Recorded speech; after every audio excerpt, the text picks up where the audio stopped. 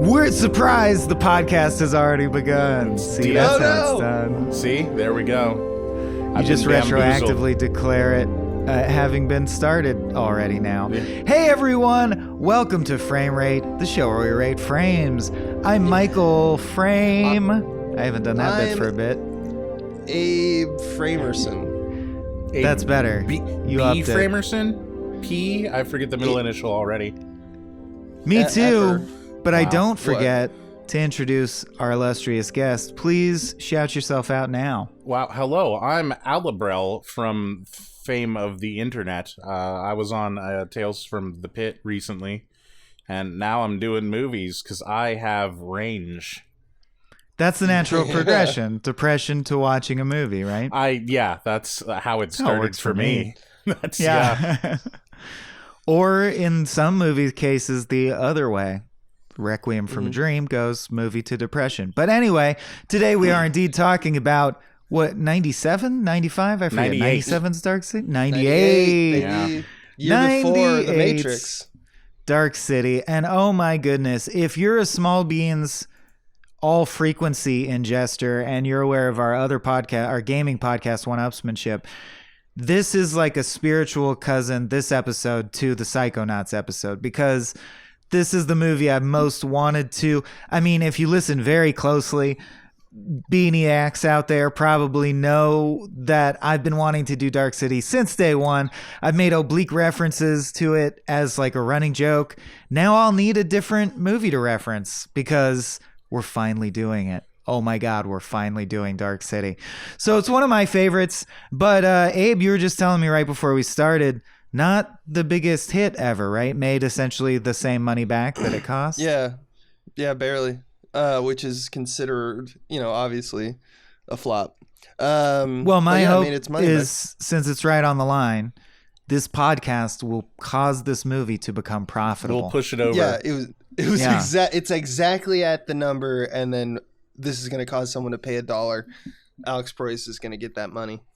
That's right, Alex Proyas, the director, I don't believe writer as well. No, it's three people wrote it, right? Well, let me scroll down to the trivia bit because I think this is important to note, because I got to be honest, after seeing Dark City, I had like a Alex Garland experience, I would call it, where I expected such great things from Alex Proyas, and that if you check out his future work, that doesn't really pan out. His movies are fine, but Dark City... For my money, is by far his best movie. And yes, so I just want to point out, very little of the plot of his draft was retained, supposedly, besides the fact that the lead is wanted for a murder and has no memory. Lem Dobbs, just so credit where credit's due, Lem Dobbs wrote the final draft and reformed the plot as it appears in the film, with the exception of the special effects sequences. And then, last but not least, David S. Goyer was hired to write the shooting script. So this movie is an interesting case of a bunch of various Hollywood people getting their mitts on it, and I think actually improving it. Like probably, people adding on, what about this sci-fi element? What about this sci-fi element? And it didn't ruin it. And I actually think Alex Proyas kind of has to share the credit with the whole team. So that's the team. We've name-checked them, and we can forget about that now. And some production meddling. Yeah, well, that brings up an important point. Did you guys watch the director's cut or the studio cut? I watched the director's cut. I believe I watched the director's cut because it didn't have the narration that was clearly a studio note, where it's like, make it make sense very up early. And it's like, oh no, you shouldn't do that though, because that takes all of the air out of the sails of the mystery of it. It's stupid. But, so Alebrelle, could you speak to what you mean by studio meddling, and also have you seen this before, and what's your relationship to this film? Do you want me to do the traditional plot synopsis first? I studied. I'd rather just know if you've seen this a bunch of times, never seen it at all. I've seen it. This was probably my third or fourth viewing since release over 20 years ago.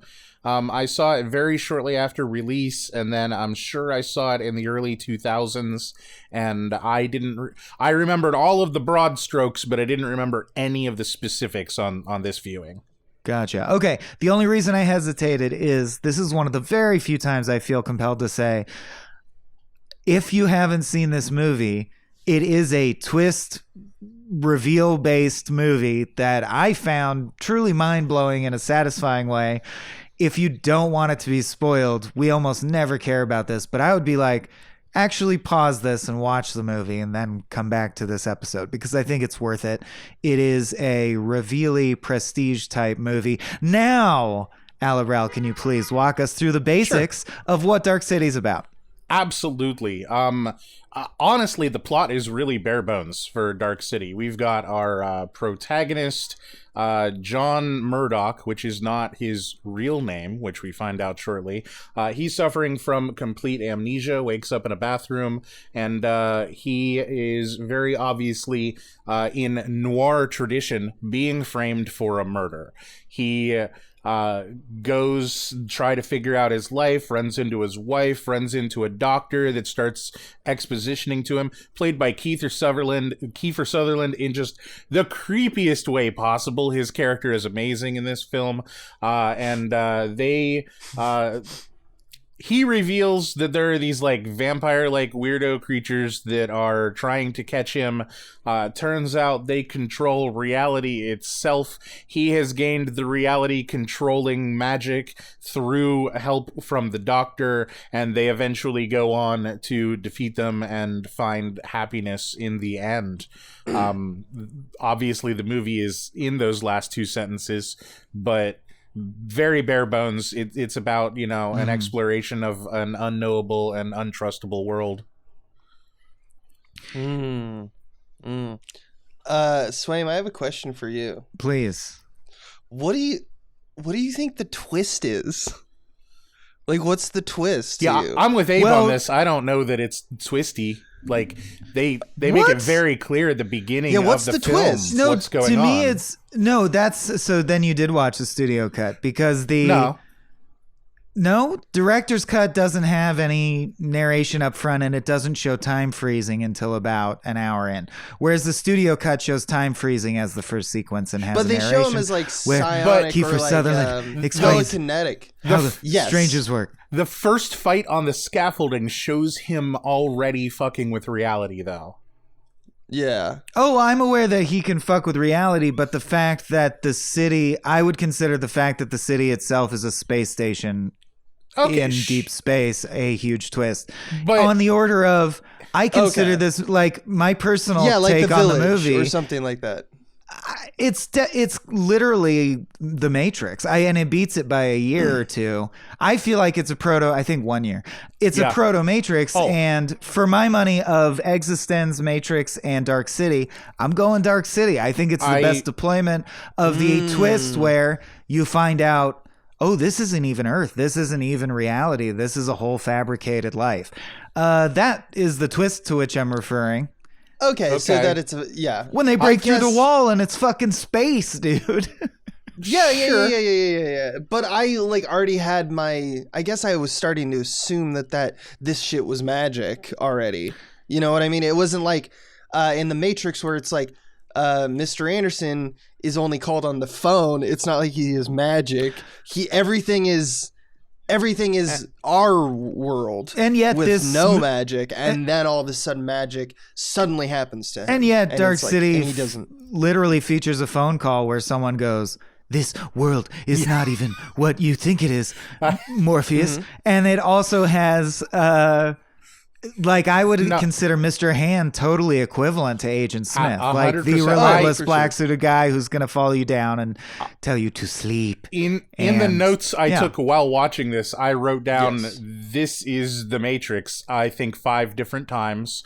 And last night when I explained this film to somebody else, I said it's basically if you gave the broad strokes of The Matrix, explained the plot without any specific elements to Tim Burton and told him to make a movie, he would have landed on Dark City. Especially the score. Score is very Beetlejuice. Yeah. to me. I wouldn't say, I mean, and very close. I wouldn't say Tim Burton. I mean, there are elements of Tim Burton in like the darkness. I hear I see the resonance. There's a Venn diagram. I wrote down Tim Burton as well. Yeah, but I think it's more like that phase of Edward Hopper that did Nighthawks. Do you know what I'm talking about? Or even actual of like Cabinet of Dr. Caligari, like German expressionism, noir shit is what they're going for. It's like a mix between those two. Metropolis. Deco Law and Fritz Lang. like Fritz Lang. Yeah. So, but yeah, I see the Tim Burton in terms of like they're also kind of magical goblins, and they're pale, which makes you think of vampires. And there were bugworm spider things inside, jellyfish. There's bugworm spiders, but like it's also the motion, the movement of the visual effects when things are being assembled and tuned or reassembled. That has like I definitely know that Christopher Nolan was like, hey, that should be the speed and mechanism of what Inception is, which he then did. And I think it's the same kind of thing that Tim Burton did that as well. Yeah, he quoted this movie as being a direct inspiration. For Inception specifically. That makes a lot of sense. Yeah. Oh, and I think like our good friend David Bell would, I assume, be a fan of this movie from the practical effects standpoint, because there's a lot of really good ones. The miniatures are spectacular. Like that's one of the movie props that I would want more than anything to own is the actual Dark City, because you can tell it's a miniature, that disc where you can see the whole city with the spiral clouds above it and the little human face underneath it. I want that thing. Yeah, it looks dope. The movie looks not as dope as The Matrix though. But pretty damn dope. You think the original Matrix looks better overall, or is shot more interestingly? I do. Is that just because bullet time takes it to the next level, like the invention of that's a feature, but it's in the whole thing. Watch The Matrix again. The thing rips, dude. Like, I watched it very recently. Yeah, every frame is a painting. It's very good. I don't know. One maybe thing we one disagree, has going but over it was a year earlier. I thought they ramped that up the more budget they got. I actually think 2 and 3 are more glossy and like on point visually.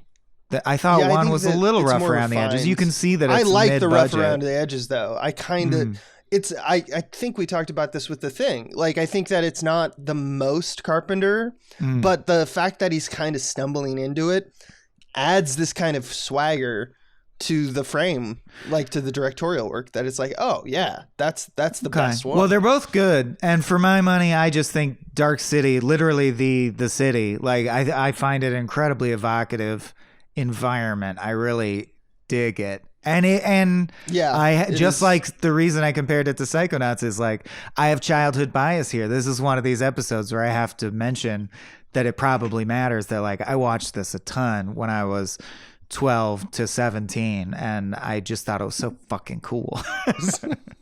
I remember The Matrix too, and I remember the initial impact of seeing The Matrix 1 in theaters when it was new was a big deal. And that twist was like, when he wakes up in the pod, I would say is the crystallizing moment, was a big deal, and it really slaps and it hit me in a big way. But I still think the 1-2 punch of Dark City got me even more, which was just they reveal that it's space. And then the second part, which is truly, it's not a twist, but it's a second amazing sci-fi concept that The Matrix, by the way, also has, which is downloadable memories. It's just a juice in Dark City instead of a program. But the sheer...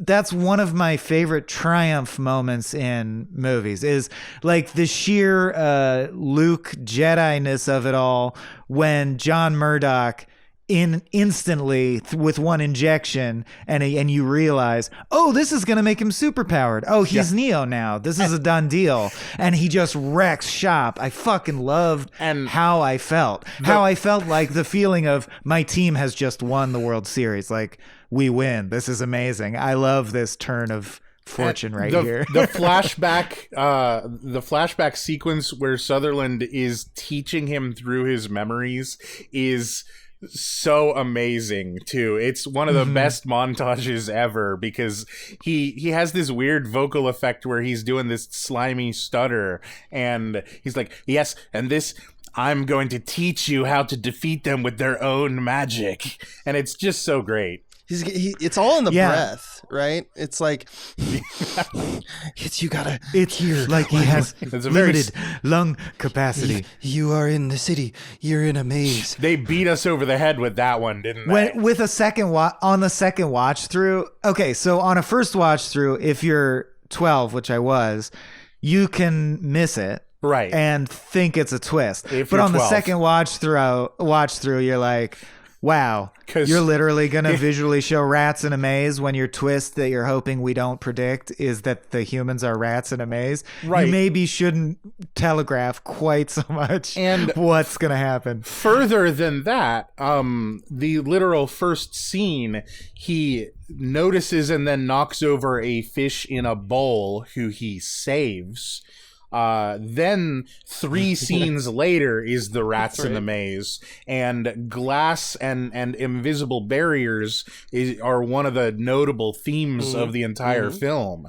Like it, yes. They're not subtle with this particular aspect. They're not super subtle, nor with the spirals freaking everywhere. Right. They're just like spiral is the theme. Although I will say one symbol I like is the spiral of evoking the idea of the spiral of the fingerprint, just because that unites the idea of fingerprint is like the Venn diagram between spiral and identity. Right. And those are the 2 themes of the film. What is an identity spiral, a fingerprint? I just think that's cool.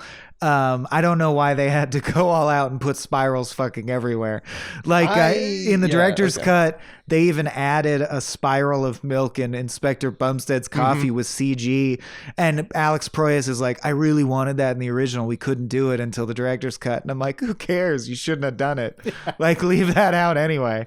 But yeah, as an adult, like watching it this time, the only shine that fades for me is that it's extremely expository and it beats you over the head more than I wish it did. But I just wanted to point out for people who maybe didn't heed our warnings and are listening along, the missing element I keep alluding to is they swap around people's memories to what we're getting down is to the aliens' motivation, right? And I think Dark Cities beats the Matrix in the sense that Dark Cities is. Before you continue, let me just make it clear for the listeners, like philosophically catching you up as simple as like what this film, I think it's fair to say, investigates is it the idea of splicing together pieces of nurture versus nature and then trying to deterministically evaluate what nature is, what the nature of humanity is.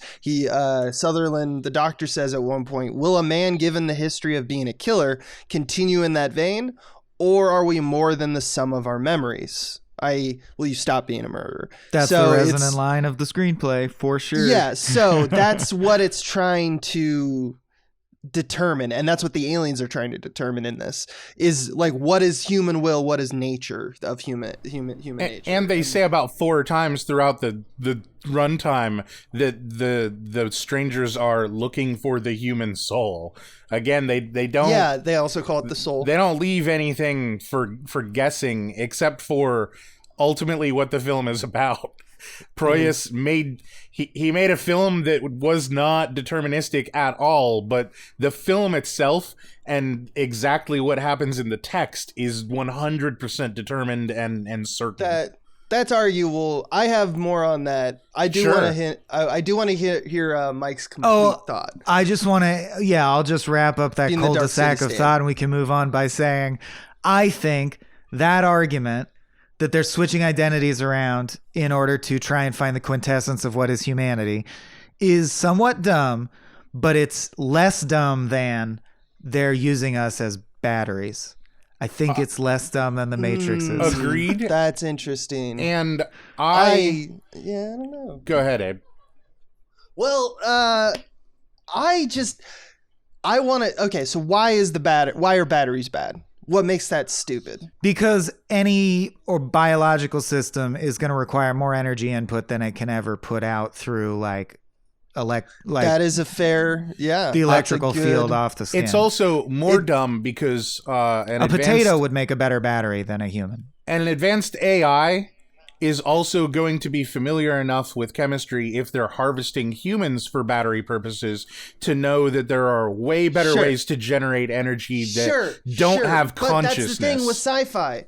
That's the thing with sci-fi concepts like that. It's science alike. It's science lookalikes. So yeah, you're right. It's not like, the conservation of energy or something like that. That isn't the smartest thing to do. Fair. But I think that it's better than just saying, okay, there's this thing called hyperspace and it's magic and you just go fast in it. They're at least putting in the work. This one, I want to pick apart a little bit of like the stranger's assumptions about the experiment. Kill him. Yeah, go ahead. I want to know why they're doing that and why they think that will lead. So what are they trying to figure out? Oh, well, yeah, because explicitly their civilization is on the brink of just dying out, and they believe they're essentially the Borg in some regards. They're a hive mind. They're dying out. They believe, we don't know whether they're right or not, but their last-ditch effort at survival is they discovered humanity, and they're like, this race is different than us. They have individuality.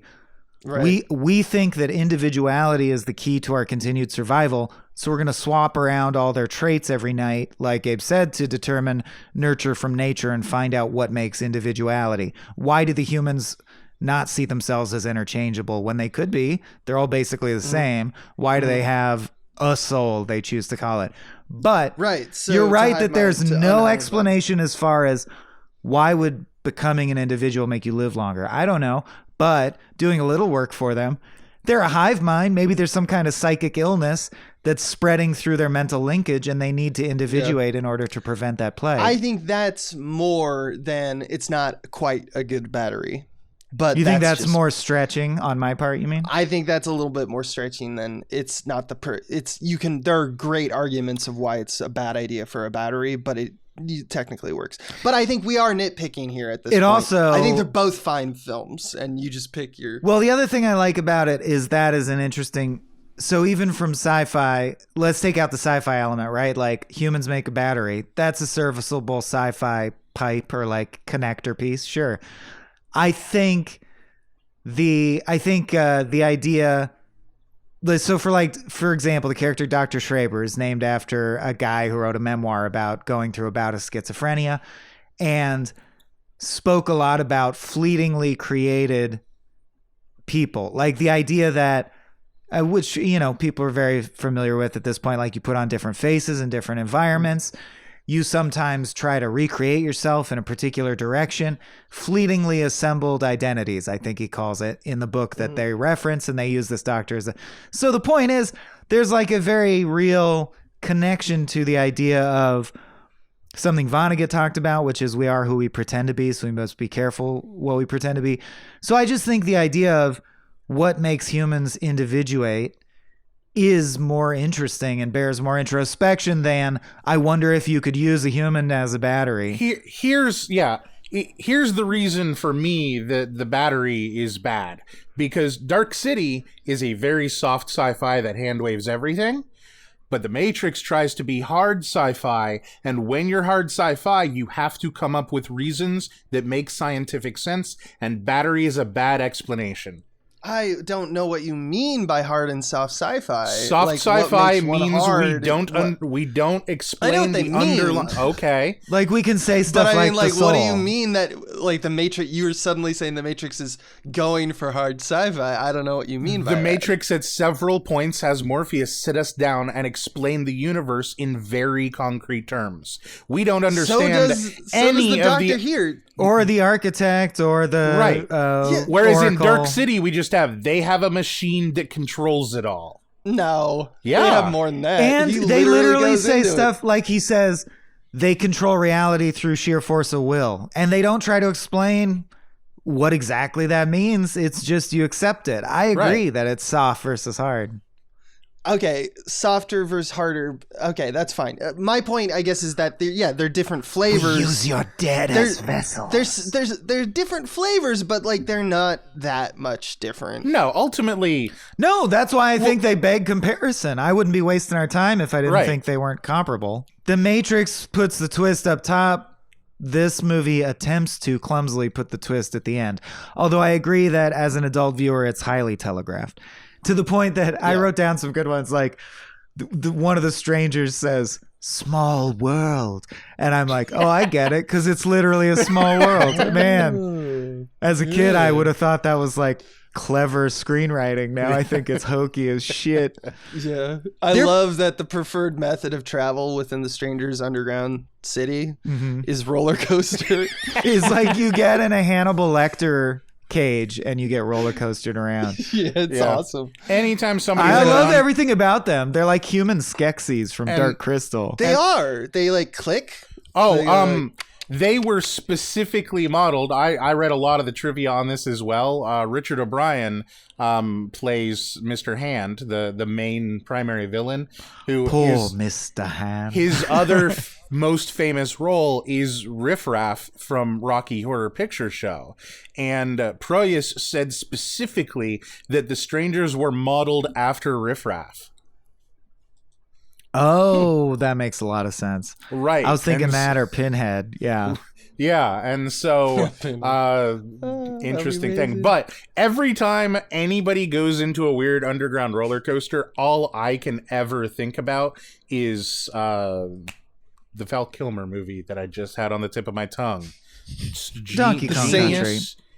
Something Genius. Real Genius. Yeah. With his weird friend, you know? Well, for me, it's Running Man now, because we just covered that movie, and they have a weird vacuum sled that they send everyone into the game zone with for some reason. Yeah, but you remind me, speaking of the strangers, that they are also... this movie also has the thing from The Village that was much griped about, which is that for some reason they can control reality, but they allow there to be giant water tanks, even though water is fatal to them for some reason. Well, so yeah, it's got problems. You can explain that away with humans require water to exist, so they kind of have to begrudgingly accept it. See, that's I read that an explanation online along those lines that I like, because I always wondered why they didn't kill the crazy guy. The guy who Inspector Bumstead sees and is like, you're aware that everything's in spirals. Why did the strangers not just erase your memory again or murder you or whatever? And I was reading through the trivia, and they were like, a common response to this argument is that that's an experiment in and of itself. They want to see how people will react to him and what he'll do. And he's not really a threat to them. And I'm like, I'd buy that. I think that the real explanation there is he's a holdover from the original script that they fell in love with as an item himself, because I don't know how much you read about the original script, but what I did said that the original ending was going to be... I'm so bad with keeping names. Our protagonist guy, John Murdoch. John was going to go on trial, and it was going to be this Alice in Wonderland absolute bonkers scene where even all of his murder victims go ahead and witness against him, and it was supposed to go just totally down the rabbit hole. And I think that the mad detective was a holdover from the original script that they never there's quite wrote definitely out. You just made me realize it connects to Brazil as well. Like there's shades of Brazil for sure. Here. Yeah, sure. that's it's wacky Kafka. Funny to Kafka. What Brell was saying, like, if you made this highly imaginative, one of the seriously impressive on every aspect of scale, and you decide to make a trial movie, would be like the ultimate confidence swing. It's just, but at the same time, that's kind of what Brazil is, though. Yeah, I didn't read it. I didn't read. I just read the couple of elements that they were like, this is what the first draft was, and why it's not what you see on the page. I see. And for the record, life is long enough to watch all these movies. So more than saying which is better, what I'm really suggesting is if you like The Matrix, I think you should also watch Existenz and Dark City. That would be a good day, man. Matrix, Existenz, Dark City. That's a good. That's afternoon. The trilogy for maybe like a little bit of Cloud Atlas in there too. I don't know. Are you not an Existenz? 13th Floor. Existenz is, in my opinion, a really garbage film. I don't like it. But if you want to feel like you're in the early 2000s and you're contemplating what the nature of reality is. I'm just talking about movies where it turns out reality is fabricated. That's sure, all. watch The Matrix instead.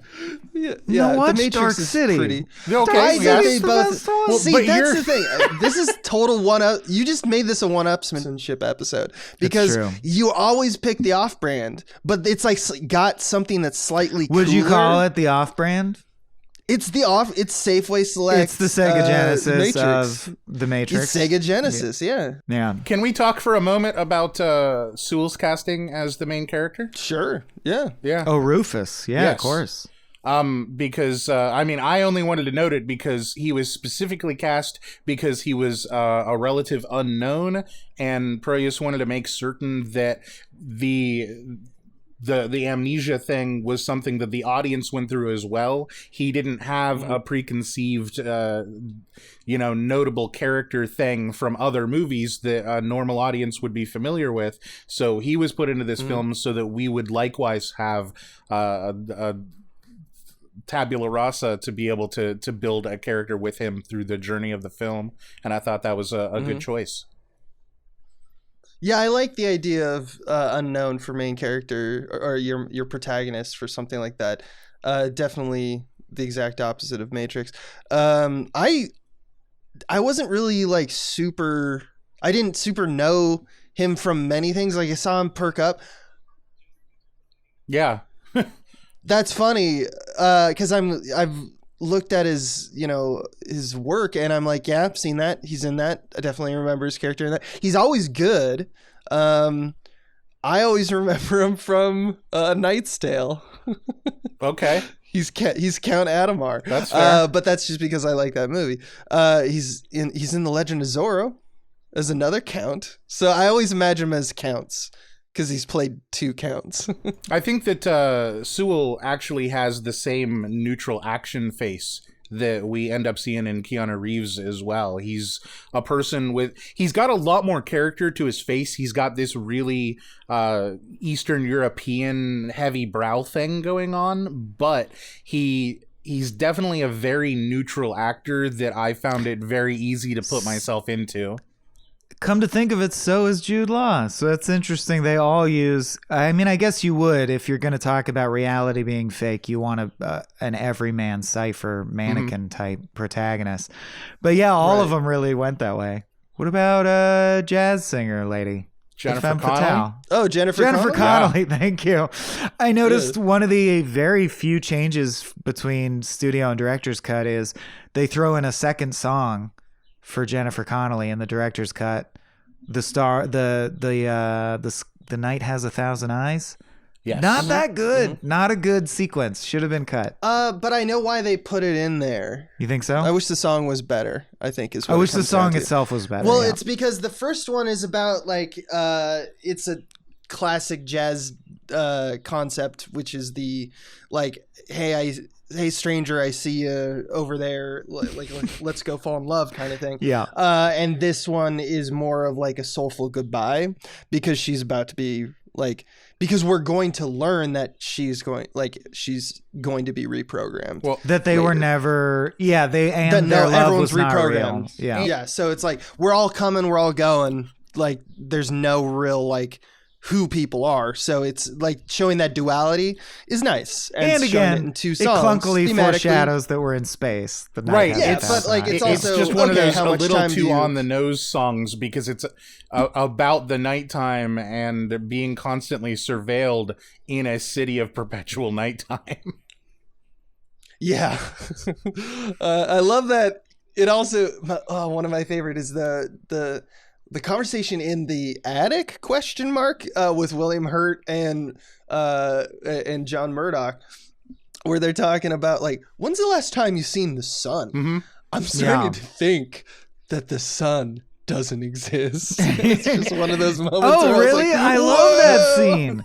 I even it's a good scene. No, I'll it's a say good scene. the scene that actually gets me the most emotional is you say they brought us here from where? I'm sorry, I don't remember. None of us remember that. Like the actual idea of the death of, I find very compelling, of Earth, of like they are not even aware. They have no memories of what real Earth is like. That's so profoundly upsetting to me. Yes, I really dig I think he nailed the horror there. But step back half a second here in the attic interrogation scene where they have this shared moment of questioning reality, and then the movie, in its taking the mallet over our fucking heads mode again, decides to close that scene on John literally levitating a book in front of the detective so that there's no question at all that they're on the same page at this point. Yeah. Right, and he shoots. I mean, it's dumb that he shoots magic out of his forehead. Yeah. Let's be honest. No. I just think it would be really funny if William Hurt at the end of that conversation before they cut would have said,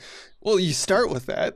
You buried the lead. If you want me to question what reality is, do that trick. Oh. Psychic float shit. Okay. Also, now I'm thinking that there's probably invisible things around that you somehow can control. It also falls into the pitfall of, if you view it from the villain's point of view, the plan kind of doesn't make sense at some points. Like they go, this guy is magic, or the next step of human evolution. He's the key that we've been looking for. Mm-hmm. He has magic powers. We got to capture him. What should we do? Well, he doesn't have any memories, but we have this syringe full of unrelated memories that were meant to turn him into a psycho killer. Let's inject one of our people with that. What happened? He became a psycho killer. That's interesting. I wonder how we could have foreseen this. Like, their plan is kind of nonsensical. Here's one thing, because I don't want to pick it apart without. Oh, I do. I feel like we're in that part. We're in that phase. Well, I feel like we've been in that part the whole time. I'm so ready to give my take on this. I do want to say one thing. I want to say that there's one thing I think it's much better at, which is the character of, like, the Morpheus character, like the Doctor. Dr. Schreiber rules. He kind of rules, because they also, from a plot standpoint, develop him way more. Like, in a way, he's kind of the protagonist. It's kind of weird. Like, he's Judas. Yeah, he is, but he's also the one who actually makes a choice, as opposed to being the special boy. And I would argue that it's heavily implied, maybe I'm wrong, but it feels like Schreiber, for all we know, Schreiber helped, or like is part of the, I don't know. I don't buy that he's like the next step of human evolution. That hand wave feels broad to me. So I always wondered if Schreiber did anything to like help guide him toward this destiny in the first place. Because Schreiber's the only one with actual human agency who doesn't get their memory reset over and over. He betrays or he bites the hand that feeds and he is representative of the thematic arc of what the strangers are trying to find, which is that is a moment where he declares individualism and the rebellious aspects of humanity more than anything else in the movie. Mm-hmm. I have such a different take on Dr. Schreiber. Because of hit me with it. Right.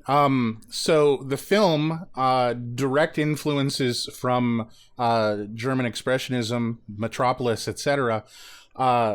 Schreiber, as the mad scientist who is tinkering with humanity, to me, speaks very strongly of the German scientists from World War II, which this movie is forcing you to think about because of all of the parallels in German filmmaking that are happening. And just the visual like format. So he's like a Mangala?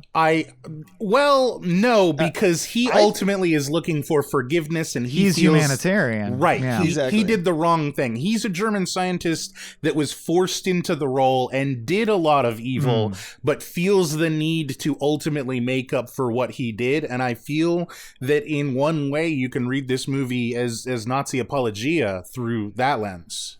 Oh, yeah. I mean, technically, which you people can do make all that the argument. People do all the time by accident. Like, I'm sure they would say, "Oh, well, we didn't mean that," and you'd be like, "I'm sure you didn't," but yeah.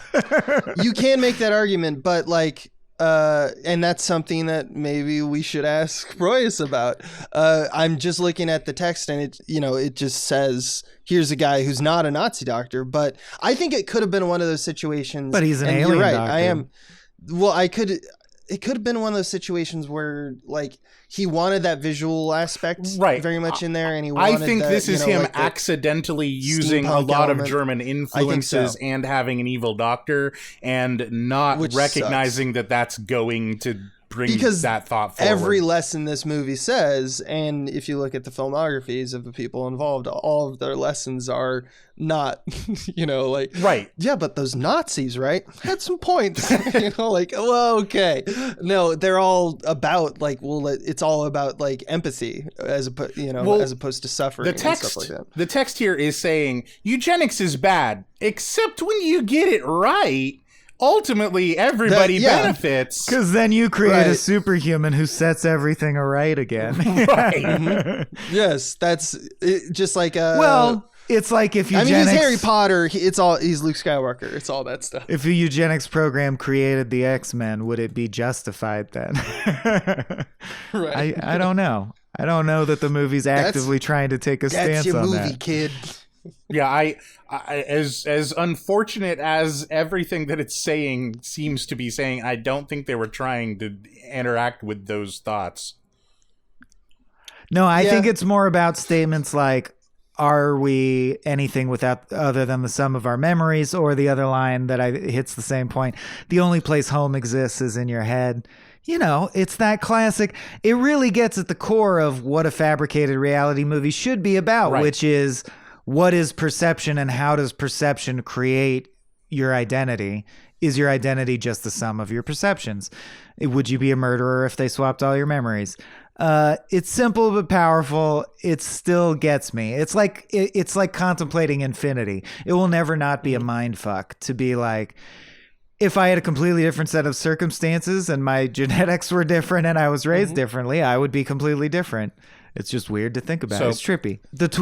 The twist actually got me when I was a kid, as I've elucidated several times. I'm sure it got me when I was a kid too. But my main gripe with the movie now as an adult is how thoroughly they broadcast the twist. I actually wish it wasn't as broadcast. I wish it was more subtle. So I just want to rip on some lines that I call Symbolism 101. So keep in mind, the whole theme is spirals and spiraling. Dark City is a spiral you can't escape because it goes round and round. There's the line, round and round she goes. Where she stops, nobody knows. So, invoking the themes of spirals, but also, we don't know where this is going to end up. When the twist is revealed, the line the screenwriter... I know that you could say this, it just bothers me. The screenwriter chose to write... The twist happens. The next line out of a character's mouth is, now you know the truth. That is as cliche as you can get. It's like, this was the twist. Do you see? Just bothers me. The fact that they try to make a meal out of the shot where Bumstead is chasing John down the stairs. And if you notice, the stairs are a spiral and the camera also spirals in the same direction of the stairs spiral. It's a bunch of spirals. I'm losing my mind right now. I might be out. I've got one. Okay, go for it. Early in the movie when they show the marquee on the movie house, the current playing is Evil, and then coming soon is Book of Dreams, which is one of his other shorts. Book of Dreams, but it also alludes to, right now we're in the bad place, but this movie is definitely going to end with a happy ending. Yeah. Yep, he does find Shell Beach. I just like the idea, because what does Book of Dreams sound like? Well, it definitely sounds like an introspective. Like, if I went to a movie in this world and it was called Book of Dreams, I'd be like, okay, this is some sounds like The Majestic shit. Or something. Is that the movies that these people are going to are like reality bending movies? It's just kind of funny to me. Oh, you wonder if they go and see Existence at the movie theater in and Dark like, City. That was pretty good. Anyway, I'm going to go fall asleep for 45 minutes. And wake up as someone else. And that's wake up as someone else. I understand it breaks reality. Like, it's not even hand wavy. It just doesn't make sense, and it's not how it would work. But I like the fairy tale fable imagery of the strangers manually fabricating artifacts. Fucking dope. Yeah. I actually thought it was really cool. dope. It's just a compelling image. Yeah, even like middle-aged man Abe still thinks that's pretty dope. When they're like, we need 4 journals and 3 passports and 5 dolls. I have one. It's not like rapid fire. Like it's more of questions. I just had more questions like that. Like reveal some silliness about like the assumptions, which you can do with almost any movie, but it's just very funny in this one. Oh wait, it's sorry. like, last line and I'm done ripping. Oh yes, Yeah. Mr. Book. This is after he injects John Murdoch's memories into his own head. Oh yes, Mr. Book. I have John Murdoch In mind. Wow! That was the only one that really took me out. That one kills me. It was way too much pun for this tone. Yeah. But Abe, now you do Holy rapid fuck. fire questions. Go for it. Well, all right. So at the end, did he make a sun, or were they just keeping them away from the I sun by wondered flying this? If they were ship facing that way? away from the nearest Because star. Why did it need to it be shows dark? the disc literally tilting towards a sun, so I assume that they had it tilted away. So Yeah, why did they do that? then the strangers, it would always be daytime where the strangers live underneath. Well, no, except they're enclosed, so they're in darkness too. They think we like darkness. Well, like that's just a weird thing to be like. I'm gonna make an experiment. I'm gonna make it as close as I can. They mention once or twice in Handwave that they're uncomfortable in the sunlight. Right. So Yeah. well, you can. I just feel like Aren't they protected by riding around in a corpse? When at the very They end should when be. he creates Beach with hand in the door behind him, the sunlight hits him and he recoils like a vampire. And he goes, Yeah. yeah, it's true. Yeah. Like a so I guess it's Ferengi like it's hiding because it's behind a hooked rock. up. Yeah, where our ROM stands at. No, it's like I guess maybe it's because they're connected to like the optic nerve or something like that. I don't know. I think you're just going felt too hard weird. It was sci-fi just now. weird that It's just they don't like the sun because the sun. This is an allegory of the cave story, and they went a little too literal. You could also say, obviously, the poster has John Murdoch in Christ T-pose in front of a clock, right? This is obviously a Christ allegory, and in the triptych, he's taking, in the beginning there was darkness, and then he created light in the very end of this story. That's... In the beginning, it was dark. Then came the strangers.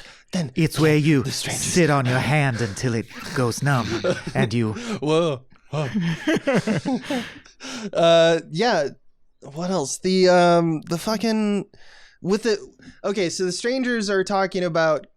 They think they need to form this experiment, and this is how they're going to figure it out. Why do they think that him being proof of? Like at first when he shows that he's got these psionic powers. Why does being able to tune make him a cure for whatever's wrong with them? It doesn't. Yeah, There's no connection. That just makes a lot him of more these. like them. It's not hard even for a me leap, to that's even in think the of how other those direction. things would be connected. Yeah. Yeah, I don't understand how that would just be evolution expressing itself. They're Is very the case confident that they when make. they're and like, then they go, okay, yeah, let's double down on this guy then. I love that like, they're no, like, they're even like, you can flush all the other rats essentially. The special boy rat is Yeah. here. We can take his DNA and we'll be good. And I'm like, how But do it's you like, know why? that? Yeah, it's so confident. Isn't he the exact opposite of what you want? Like, I guess he is an individual, but he's no more or less different than. Like, what is your assumption for operating this way? The strangers were very weird. to me. they're very unknowable and stupid. Yeah. Maybe their race is dying out because they make dumb, bad decisions. Do you ever think of that? Like, it makes sense. Yeah, that's. I mean, they're like, yes, travel by roller coaster. They're a race Maybe that's this dying one out because they're shouldn't- like, our sun's about to go supernova. let's run an experiment with humans in a city where it's always night. And they're like, how are those connected? I don't know. It's just what we're doing. Like, we're not good at this. What are you going to do? You want to go outside or something? I hate the sun. I hate you water. Gotta die. You gotta too. die. You suck. You got any more rapid fire questions? If you could control the machines to make reality whatever you wanted, what would you guys do? Oh, couldn't you just make whatever's killing you not be... They control reality. I don't understand. Couldn't they just make there be more of themselves or whatever the problem is? They don't. Why is it when they control, it seems to be inanimate reality? They control matter. Right. I'll give them best. that. They can't control the people or like the parts that they don't understand inside of those people, but they can make books and buildings and stuff. Mm-hmm. And yet they have to make books with their hands. Yeah, it's interesting. Yeah, you remember when when John at the end was like bursts out of his restraints and he has that psionic mind battle with the leader of the strangers. Where'd all the other strangers go? They got blasted away, and many of them, in the camera, they made certain to show that they just kind of floated upwards.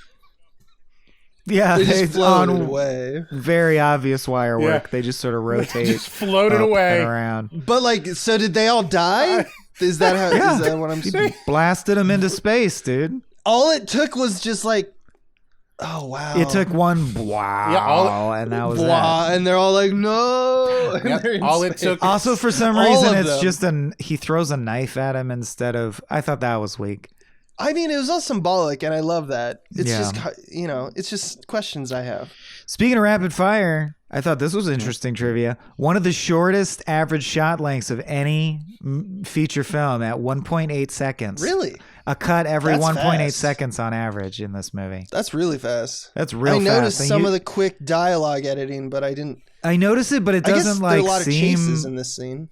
It doesn't seem forced or anything, really. No, it didn't. It followed really well. The only thing I noticed cinematographically, I love that word. Is when the doctor, when the detective ends up interviewing the doctor in their very rushed sequence where he insists he doesn't know anything. They're standing outside of the doctor's hospital area, whatever it is, and they break the rule of 180 for one reason or another.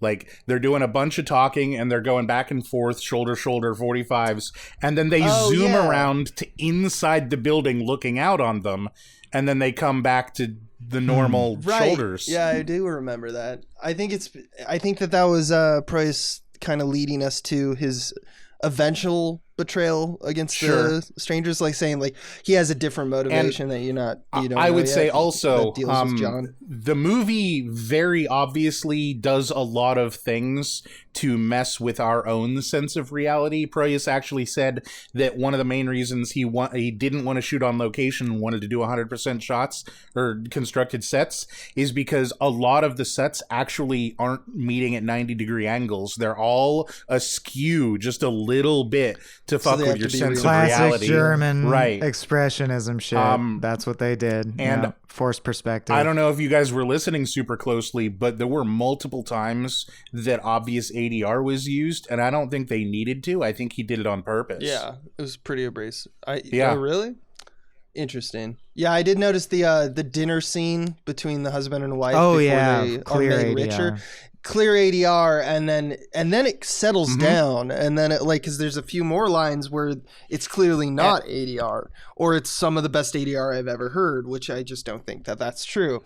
So it was a mix, and I did think about like, oh, if you had the audio, if you had good audio to begin with, why did you show me ADR before? Right. That's a weird choice. So and that's in terms of it happened your 3 or 4 times that I noticed. Yeah. Oh, okay. I think I only noticed that. The discussion between Bumgar, whatever the detective's name is, and Bumstead and Anna in the car when they're talking about his accordion, half of it was ADR'd, but not the whole conversation. Yeah, that sounds like that's intentional then. If it's happening multiple times in your movie, it's usually a symbol that it's a system. And I think at that point she was still Emma, but I could be wrong. Yeah, whatever her name was. Man. That's what's interesting about this movie is you're like, John Murdoch, you're like, that's not even really who he is. I guess everyone is just no one other than Dr. Schraber, because they've all been changed dozens of times. And even he's only half of himself. Oh, right. That's a cool concept, too. The idea of how rough it would be to erase your own memories. Mm-hmm. I like that shot of him all beaten up, finally doing it. Mm-hmm. Mm-hmm. And just a needle to the brain and is a cool image. Yeah. He is the true protagonist of the movie. I would agree. It's a Schraber story. Yeah. Yeah. That's like if you made The Matrix and you're like, Morpheus is where it's at. Man, I also just love... there are maneuvers that I like in this, of course, or I wouldn't love it. But I like the idea of a noir, sort of hard-boiled detective vibe movie that has the line, "There is no case. There never was." Like that. For fuck solving the murder, we're going to take it up a notch. The thing that we're going to reveal makes that moot. Well, I love a detective story where the case is. You might have really liked the first script then, because the other thing that they tell us about the first script is that originally Bumgar.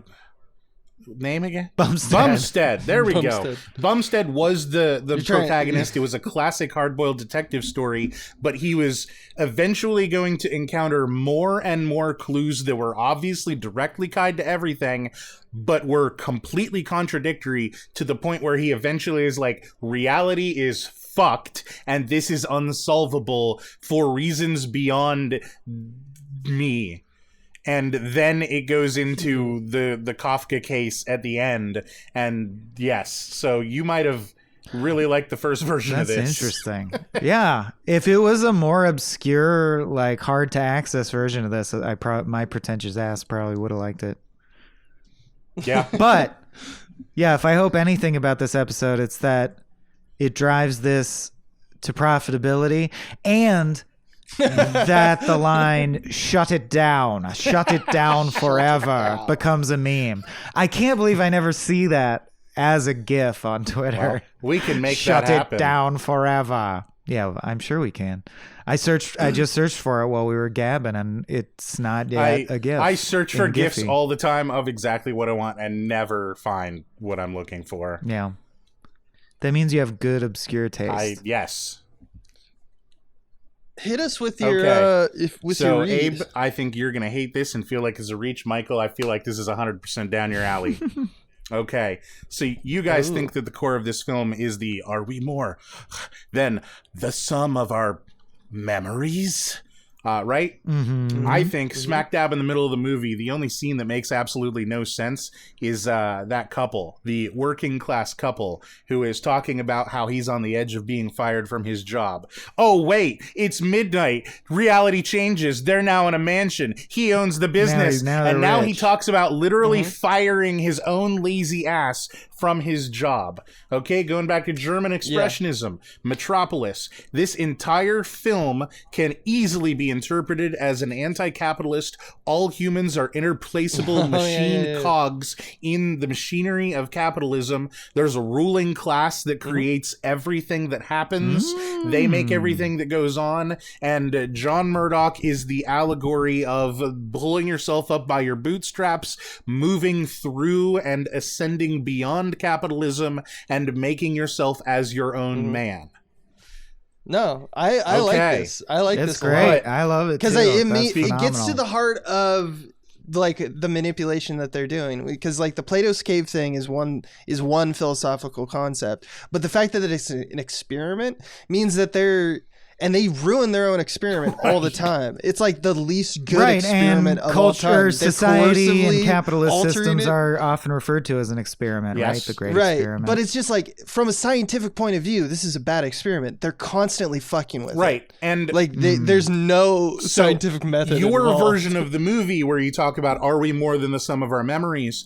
he's the only character that is. The rest of humanity are literally only the sum of their memories, because when Emma comes back as Anna, she then is no longer who she was, and he seeks to recreate their original meeting so that he can have the same romance that he had with her in the first place, because she's a completely different person. And you're saying in your read, he is now the ruling class programming her to the outcome he desires. Even though I'm pretty sure you're supposed to think it's romantic that he wants to, quote, win her love from scratch all over again. But that's romantic. But if you look at it through a slightly different lens, it's actually very cynically, the power dynamics are fucked. He's God. The text of this film is humanity are completely worthless automatons, and he happens to be one special person that isn't. The text of this film is completely against what it's trying to communicate. You cracked it. That's what crack does.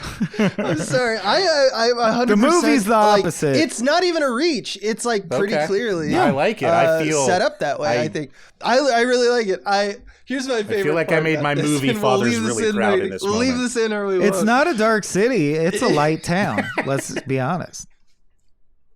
Okay, so your read was that I was gonna hate it, and it was right up Swaim's alley. Right. Here's the funny thing. I went that way. Meanwhile, I would just want everyone to know that while we're recording this on Discord, Michael Swaim is sending us Kieran Odo Deep Space Nine love portraits.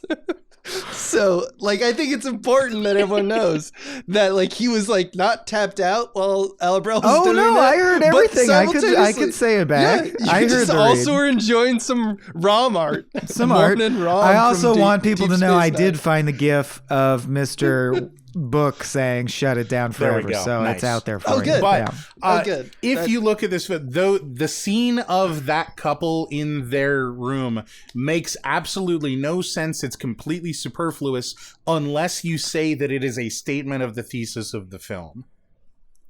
Yeah. No. Well, it is. I think it's dumber than that. I think it's their excuse to show the process of how the freezing and unfreezing works, because they felt like we haven't actually shown it. We haven't shown they freeze time, they change the memories, they wake up, the people are different. What if the dummies in the audience can't piece it together? We need a sequence where we take a couple from beginning to end, changing the thing, changing the memories. But I agree with you that it totally comes off as, why would this scene be here if it wasn't speaking to the theme? Yeah. It can't just be expository, but I think it is just expository, personally. I think it is expository, and I think it's necessary. I actually do think it's necessary. I don't think there's anything else in the movie that really... You don't think the 20 times that they use a syringe to show somebody being reprogrammed and built... Or his monologue where he goes, every night they freeze it and they change memories. Or buildings growing out of the ground and them having a literal matrix running across the rooftops while buildings grow up out of nowhere to run onto. Absolutely. Yeah, Abe, it's us two against you. Yeah. Absolutely. Here's the thing.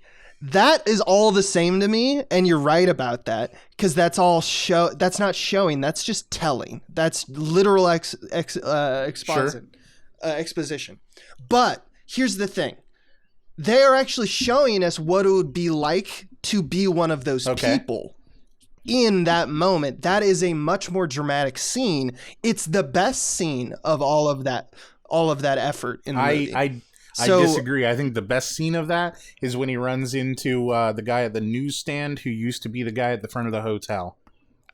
I was about to bring that up. That's a great scene, and it's a lot more subtle, in my opinion. It comes out of, it's in terms of when you're trying to write a minimalist screenplay, or you're trying to combine terms. It takes from the plot already established. No time off for good behavior. But there is something about firing oneself that is very That's cool. Yeah, that's true. That if you became rich, you'd immediately turn on your own class. And I think it speaks more to your point. They wouldn't have included it or felt it necessary to even write it unless they wanted to hit it from a different angle. Swaim stuff sending alien photos to our thread. He's literally doing this as I'm talking. No, I think it's a great point.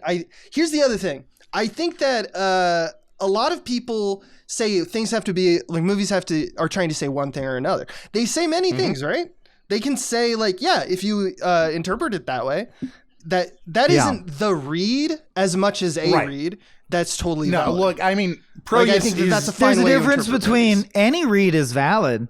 The question is, was the read intentionally encoded by the artist? Yes. Is a different question. That's a different question. You're allowed to decode whatever you want. Encoded There's movies that are completely saying this is the read, but I think that there's many, many more movies that are saying there's multiple reads. We wanted to talk about the systems of coercion and power, we don't have all the answers, so some of it's vague. And Proyas specifically has said he set out to make a film that did not have a definitive read so that people could find things. And given that this movie is essentially a journey from darkness to light, another one that I think is probably really popular is the battle against depression and the control of your own mind.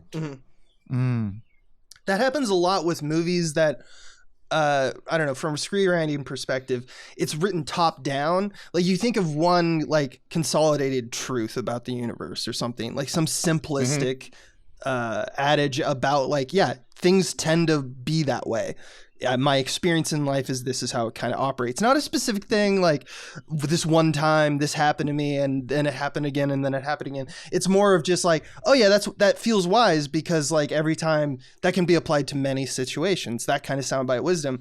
If you kind of strive for that top-down methodology, when you write your screenplay, then you can always attach yourself to that one unique thought at the beginning, and any digression you make, if you want to talk about this or you want to interpret it that way, people can just do that work for you. That's just something I've noticed about those types of movies, as opposed to like, well, this is clearly trying to talk about race or trying to talk about, capitalism or not. This movie is definitely not trying to talk about race. Except for the guy when the guy at the front desk becomes a black man. I don't think there's a single person of color in this film. Yeah, I think there's one person of color in this film. I really liked Uncle Carl. Carl? Was it Carl? Carl H. Yes, it's Carl H. Because I just remember the briefcase had KH on it. Okay. But good old Uncle Carl. Yeah. Uncle Carl. Your Mr. Hand is lovely. Yes. But Uncle Carl being this like white antibody, like the main character shows up there and Uncle Carl's like, hey, just hang out, chill, it's okay, people are coming to help, we're gonna help you. And then he just rushes out and has a big fight, and I don't know, in this kind of a story, I feel like that sort of a role is absolutely necessary at some point of the journey. Somebody who says surrender to the fully system inundated, and let the system society, do what it's supposed to do, I think is important to a reality is falling apart story. Like, hey man, no, it's all good. Just give up. Just give in. Yeah, the pod person is a... Perhaps the seeds, the poppy field seed in Wizard of Oz, the caterpillar seed, the Lotus Eaters in Alice, in the Odyssey. Okay, boom. Yeah, there we go. God, we're smart. We are. And well read. Wow. Get in here, Abe. Give us an example. I don't know. Giving up. We did Plato's in the Plato in the cave. We did the Lotus Eaters. What's something else smart? Just name a smart thing. Yeah, mention Satan Tango or some shit. Is that what you wait? Mention the thing that you just mentioned, or some shit. Look, I gotta get out of here. Yeah, what a good podcast. It was fun. It lived up to all my expectations for one of my favorite films. It was very good podcast. Yeah. I'm starting this trend in podcasts where we talk about how we think the podcast. Nope. That means it's time to go. Wow. But Alebrelle, thank you again for joining us, my friend. Absolutely. Always a pleasure to catch up. I'm gonna milk my semi-fame for as much as it's worth on your podcasts. Please do. Hell yeah. Where That's can all we ever do. people That's all everyone does. find you spouting off? They can find me spouting off most frequently on Twitter. My name is spelled Alebrelle. But I am most famous for my Twitch musings, twitch.tv/Alebrelle. I've been having some depressions lately. Michael and I talked about that quite a bit on My Tales from the Pit 2 pits ago, I do believe, maybe 3. Mm-hmm. It was right before Ramirez talking about divorce and everything. So if you like sad things, go listen to that. Depressives, always welcome here. Yeah. Talk about a dark city. It's like Dante's Inferno, you know? Mm-hmm. Oh, God, so well read. The references. It's a bit like the Bible. Ooh. Have you heard of it? Wow. Oh, wow. Word of God. Yeah, and we got we just opened a merch store, which we promised we'd mention a few times. So I'm mentioning it again. Head on over to tpublic.com/user/smallbeans store if you want to support us further. All that money's getting set aside to help finance our indie feature. So do you have rights exciting. for the Bean Dragon picture? Is that going to go on any of the merch? The Bean Dragon picture, which I cannot with words elucidate the awesomeness of, is up as of today, as of this recording. Yeah, you can buy a shirt of it or a cup. I might actually Stickers, have to spend mugs. $20 on that. That's amazing. Get a Bean Dragon something. Yeah. The Michael Vincent Bramley is a treasure. What's his Twitter handle? MVB Bramley? something? MV Bramley. Bramley. MV Bramley. BRAMLEY. Go check out his art. There was some other real thing to good. plug, but that's it. And I have a call in 2 minutes. Well, thanks for having me on, guys. Well, thanks for It was that a lovely information. chat. Thank you. Keep sending me photos of art from Deep Space Nine Will do. all day if you can. This has been a Small Beans endeavor. We're a bunch of pals who make podcasts, sketches, music, web series, and movies. The Beans always have new ideas percolating, so make sure to check us out at patreon.com/smallbeans. That's patreon.com/smallbeans, where you can browse all of our current and past content, see what we've got planned in the future, and learn how your support can help the small beans grow into huge, giant monster beans. If you enjoyed this content module, please like, rate, subscribe, or tell a friend about us. We love you.